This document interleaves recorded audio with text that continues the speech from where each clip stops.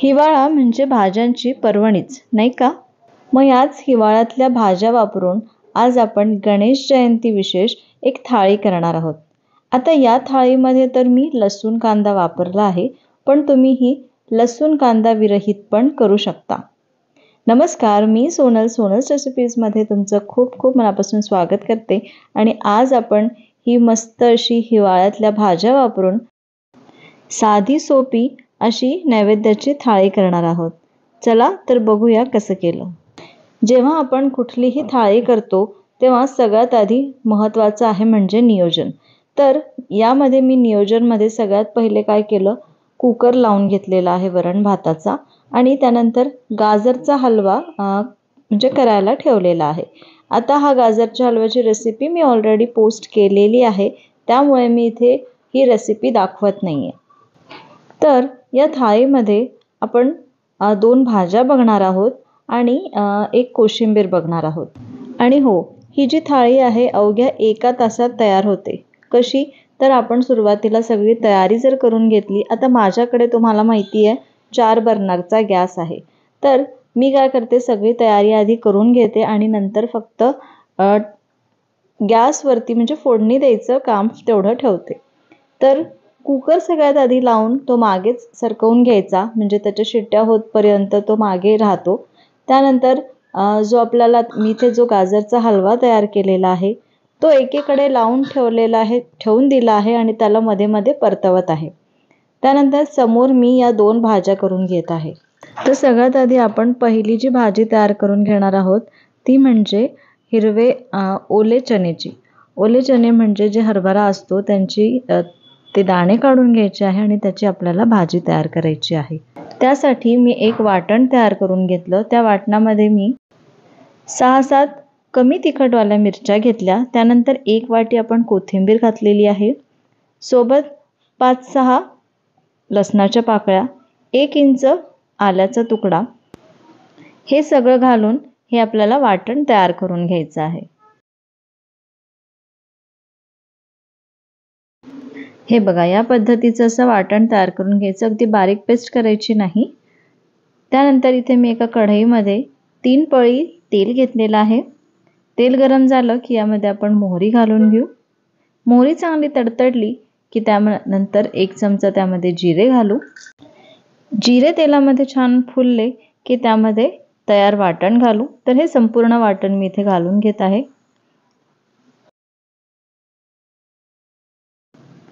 हे 1 मिनिट आपण परतवून घेऊ. इथे 1 मिनिट परतवून झाल्यानंतर यामध्ये 1 कप आपण कांद्याची पात घालू. तर मी फक्त कांद्याची पात मधला जो हिरवा भाग आहे तोच घालत आहे. हे पण 1 ते 2 मिनिटं परतवून घेऊ. येथे कांद्याची पात आपण 2 ते 3 मिनिटं छान परतवून घेतलेली आहे. आता यामध्ये पाव चमचा हळद घालू. 1 चमचा धणे जिरे पूड घालत आहे. याला पण मिक्स करू. एक 30 सेकंदानंतर यामध्ये आपण हे जे हिरवे चणे आपण सोलून घेतलेले आहे ते घालून घेऊ. हे फक्त मी धुवून घेतलं आहे, याला उकळायची वगैरे गरज नाही आहे. त्यानंतर यामध्ये चवीपुरतं मीठ घालू. 2 चमचे मी मीठ घालून घेते आणि हे छान मिक्स करून घेऊ. आणि हो, सोबतच यामध्ये आपण 1 मीडियम साईजचा टोमॅटो बारीक चिरून घातलेला आहे. आता हे सगळं 1 मिनिट परतवून घेऊ.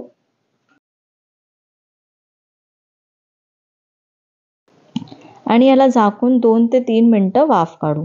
आता तुम्ही बघू शकता इथे 3 मिनिटं झालेली आहे आणि इथे आपले हे जे चणे आहे हे पण छान शिजलेले आहे. तर हे हरभरा आहे, ओला हरभरा आहे, त्याच्यामुळे याला शिजायला जास्त वेळ लागत नाही, पटकन शिजतो. आता इथे मला थोडीशी कन्सिस्टन्सी ॲडजस्ट करायची आहे, कारण मला ही भाजी थोडीशी रसाभाजीसारखी करायची आहे. तुम्ही थोडीशी ड्राय केली तरी चालेल, पण मला थोडीशी आज इथे रसाभाजी करायची आहे. तर मी थोडं पाणी घालून परत वाफ काढली आणि आता तुम्ही बघू शकता अशा पद्धतीची मला भाजी हवी आहे. तर आता मी गॅस बंद केला आणि आपली ही हरभऱ्याची मस्त भाजी तयार झाली. आता मी इथे सुक्या भाजीमध्ये मेथीची भाजी करणार आहे. ही नेहमीची मी जशी मेथीची भाजी करते त्या पद्धतीनेच करणार आहे.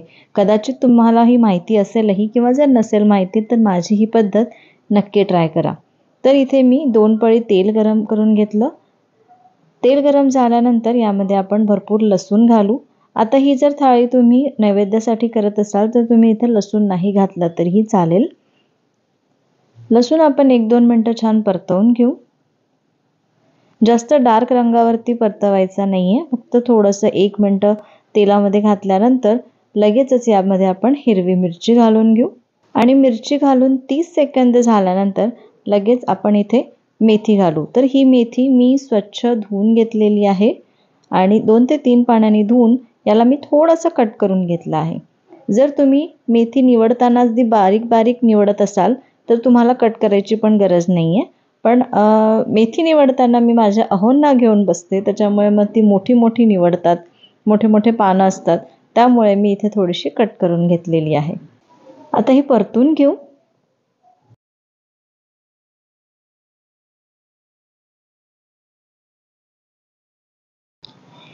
ही मेथी आपण 1 मिनिट परतवून झाल्यानंतर यामध्ये मीठ घालू आणि ही अशीच झाकण न ठेवता आपण शिजवून घेऊ.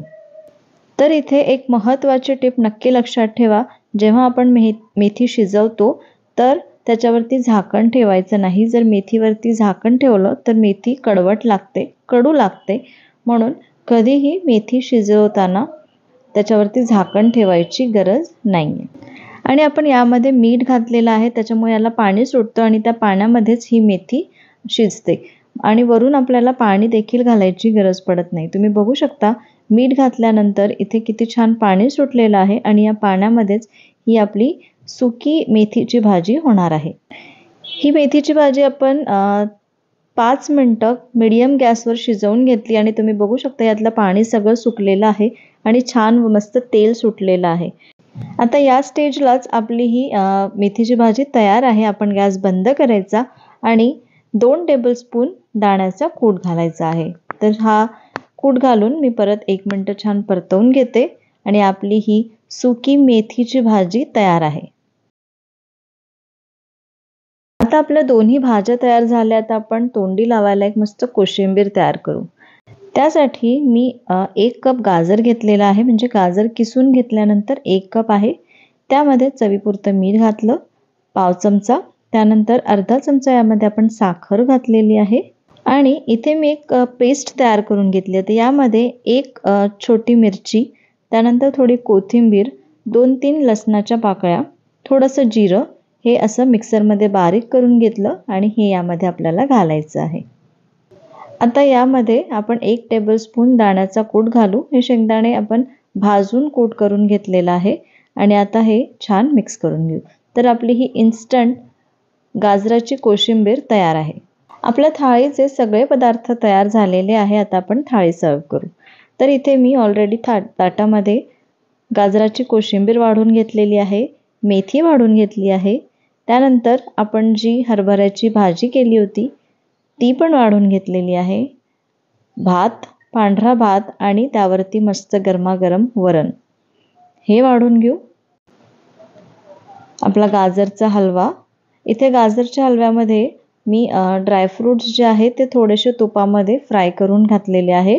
त्यानंतर इथे आपण आपला तळलेला पापड ठेवलेला आहे आणि मी फुलके तयार करून घेतले.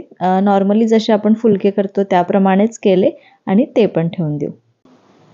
तर अशी आपली साधी सोपी हिवाळ्यातल्या भाज्या वापरून गणेश जयंती विशेष नैवेद्याची थाळी तयार आहे. ही नैवेद्याची थाळी कशी वाटली मला कमेंट करून नक्की सांगा.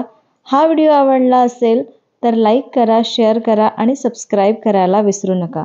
आणि हो, गिव्ह अवे चालू आहे. अजून कोणी जर तुम्ही व्हिडिओज बघत नसाल, कमेंट करत नसाल तर नक्की कमेंट करा. तुम्हाला माहिती आहे मी कमेंटमधूनच एक विनर चूज करणार आहे. 1000 सबस्क्रायबर्स आपले ऑलरेडी झालेले आहे. आता गिव्ह अवेचं विनर मला अनाऊन्स करायचं आहे. पटपट कमेंट करा म्हणजे मला पटकन विनर अनाऊन्स करता येईल. चला तर पुन्हा भेटूया अशाच एका मस्त रेसिपीसोबत. तोपर्यंत धन्यवाद.